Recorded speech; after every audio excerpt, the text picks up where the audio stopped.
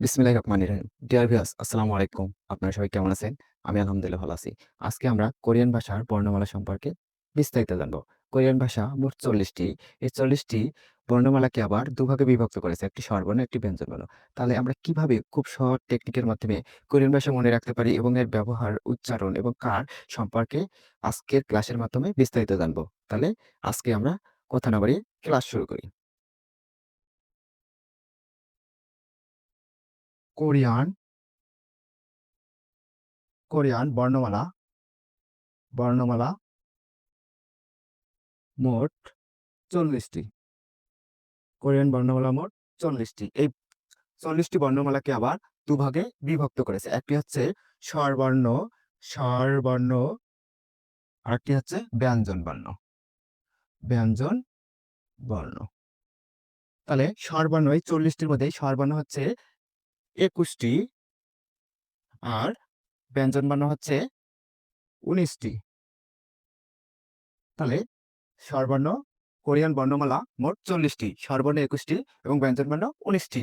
এই স্বরবর্ণকে আবার দুভাগে বিভক্ত করেছে। এই স্বরবর্ণকে আবার দুভাগে বিভক্ত করেছে। একটি হচ্ছে মৌলিক স্বরবর্ণ, মৌলিক স্বরবর্ণ, আরেকটি হচ্ছে যৌগিক স্বরবর্ণ, যৌগিক যৌগিক স্বরবর্ণ। এই একটি মৌলিক স্বরবর্ণ, একটি যৌগিক স্বরবর্ণ। ব্যঞ্জন বর্ণকে আবার দুভাগে বিভক্ত করেছে। এই ব্যঞ্জন বর্ণকে আবার দুভাগে বিভক্ত করেছে। একটি হচ্ছে জোর, বিজোড়, বিজোড় ব্যঞ্জন বর্ণ, আরেকটি হচ্ছে জোড় ব্যঞ্জন বর্ণ, জোড় ব্যঞ্জন বর্ণ। তাহলে কোরিয়ান বর্ণমালা মোট ৪০ টি। ৪০ টিকে আবার স্বরবর্ণ এবং ব্যঞ্জন বর্ণকে বিভক্ত করেছে। তাহলে স্বরবর্ণ ২১ টি এবং ব্যঞ্জন বর্ণ ১৯ টি। এই স্বরবর্ণকে আবার দুভাগে বিভক্ত করেছে। একটি হচ্ছে মৌলিক মৌলিক স্বরবর্ণ, আরেকটি হচ্ছে যৌগিক স্বরবর্ণ। আর হচ্ছে ব্যঞ্জন বর্ণকে আবার দুভাগে বিভক্ত করেছে। একটি হচ্ছে বিজোড়, আরেকটি হচ্ছে জোড়। তাহলে এই স্বরবর্ণ ২১ টিকে মৌলিক স্বরবর্ণ ১০ টি, মৌলিক স্বরবর্ণ ১০ টি এবং এবং যৌগিক স্বরবর্ণ যৌগিক স্বরবর্ণ ১১ টি। তাহলে মোট এই ২০ টি। তাহলে হচ্ছে ব্যঞ্জন বর্ণ ১৯ টি। বিজোড় হচ্ছে ১৪ টি, বিজোড় ১৪ টি। আর হচ্ছে জোড় হচ্ছে ৫ টি। এই বিজোড় থেকে জোড় করবো ইনশাল্লাহ। তাহলে আজকে আমরা মৌলিক স্বরবর্ণ সম্পর্কে বিস্তারিত জানবো এই ক্লাসের মাধ্যমে। পরবর্তী ২ নম্বর ক্লাসে আমরা যৌগিক স্বরবর্ণ সম্পর্কে জানবো।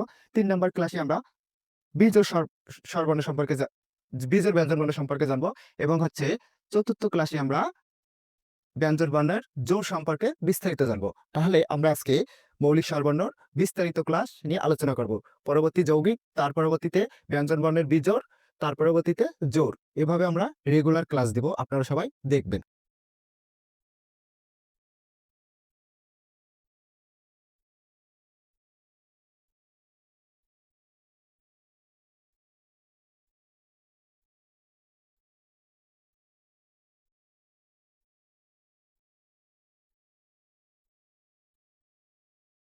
তাহলে আজকে আমরা মৌলিক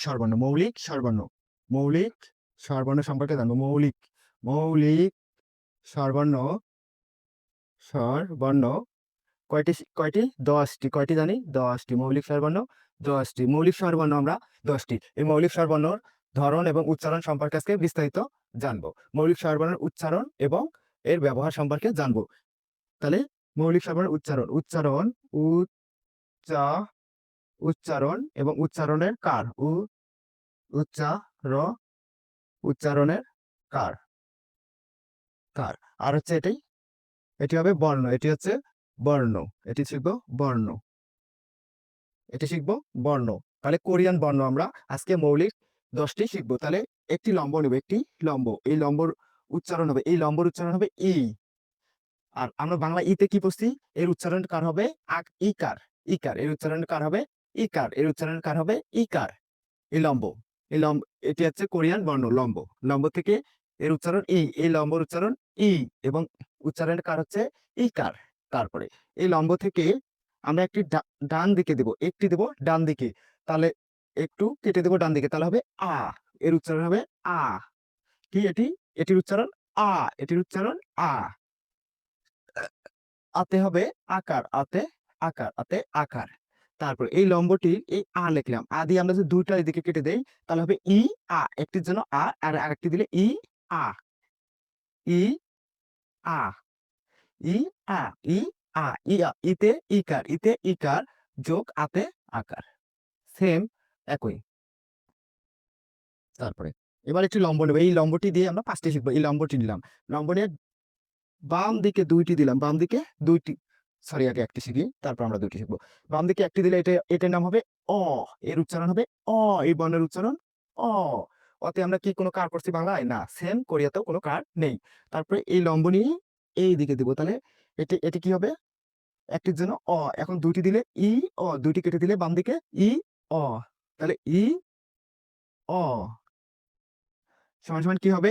ইতে ইকার যোগ আতে আকার। তাহলে আমরা লম্ব দিয়ে ৫ টি শিখলাম। এখন আমরা ভূমি দিয়ে ৫ টি শিখব। তাহলে আমরা এটা মিশিয়ে দিলাম। আপনারা সবাই খাতায় নোট করে নিয়ে বারবার মুখস্থ করবেন।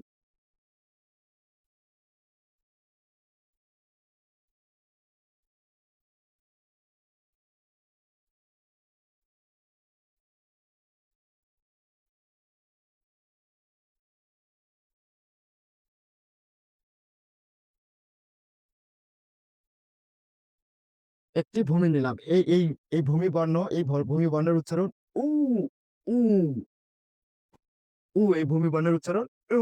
উতে কি পড়ছি আমরা? দীর্ঘকার পড়ি নাই? কারের দীর্ঘকার পড়ি নাই বাংলায়? সেম এটারও। এটি উ। এই লম এই ভূমি নিলাম। ভূমি থেকে আমরা উপর দিকে টান দেবো। এটা হবে ও। উপর দিকে টান দিলে হবে ও। এই বর্ণ ও, এর উচ্চারণ ও। ওতে আমরা কি বলছি বাংলায়? ওকার পড়ি নাই? ওকার, ওকার সেম। তাহলে আমরা এই ভূমি নেব। ভূমি থেকে উপর দিকে একটি টান দিলে ও, আর দুটি দিলে ই, ও, ই, ও, ই, ও, ই, ও। ইতে কি বলছি আমরা? ইকার। ইতে ইকার। একটির জন্য ইকার আর একটির জন্য ওকার। ওতে ওকার। তারপরে শিখবো এই ভূমি, এই ভূমিটি নিলাম। নিয়ে আমরা নিচ বরাবর একটি কেটে দিলে হবে উ। শুধু উ, উ। উতে কি বলছি বাংলায় আমরা? উকার। উতে উকার। তারপরে এই একটি ভূমি নিলাম, একটি দিলাম। একটি দিলে উ, আর দুটি দিলে ই, উ। কি হবে? ই, উ কি হবে? ইতে ইকার যোগ উতে উকার। তাহলে আমরা আরেকবার উচ্চারণটা দেখে নেই। এটি ভূমির উচ্চারণ উ, উতে উকার। এটি বর্ণ, এই বর্ণের উচ্চারণ উ। এই বর্ণের উচ্চারণ উ, উতে উ, উ। উতে দীর্ঘকার। এই বর্ণের উচ্চারণ ও। ওতে ওকার। এই বর্ণের উচ্চারণ ই, ও। ইতে ইকার, ওতে ওকার। এই বর্ণের উচ্চারণ উ। উতে হুস্যকার। এই বর্ণের উচ্চারণ ই, উ, ই, উ। ইতে ইকার, উতে উকার। তাহলে আমরা খুব শর্ট টেকনিকের মাধ্যমে একটি লম্বা একটি ভূমির সাহায্যে আমরা ১০টি মৌলিক স্বরবর্ণ শিখতে পেরেছি। তাই যে সকল ভিউয়ার্স মনোযোগ সহকারে ক্লাসটি করেছেন সে সকল ভিউয়ার্সকে অনেক অনেক ধন্যবাদ। এবং আমরা পরবর্তী ক্লাসে যৌগিক স্বরবর্ণ নিয়ে আলোচনা করব। পরবর্তী ক্লাস আপনাদের করার আমন্ত্রণ রইল। আজকে এ পর্যন্তই। আপনারা সবাই ভালো থাকবেন, সুস্থ থাকবেন। আল্লাহ হাফেজ।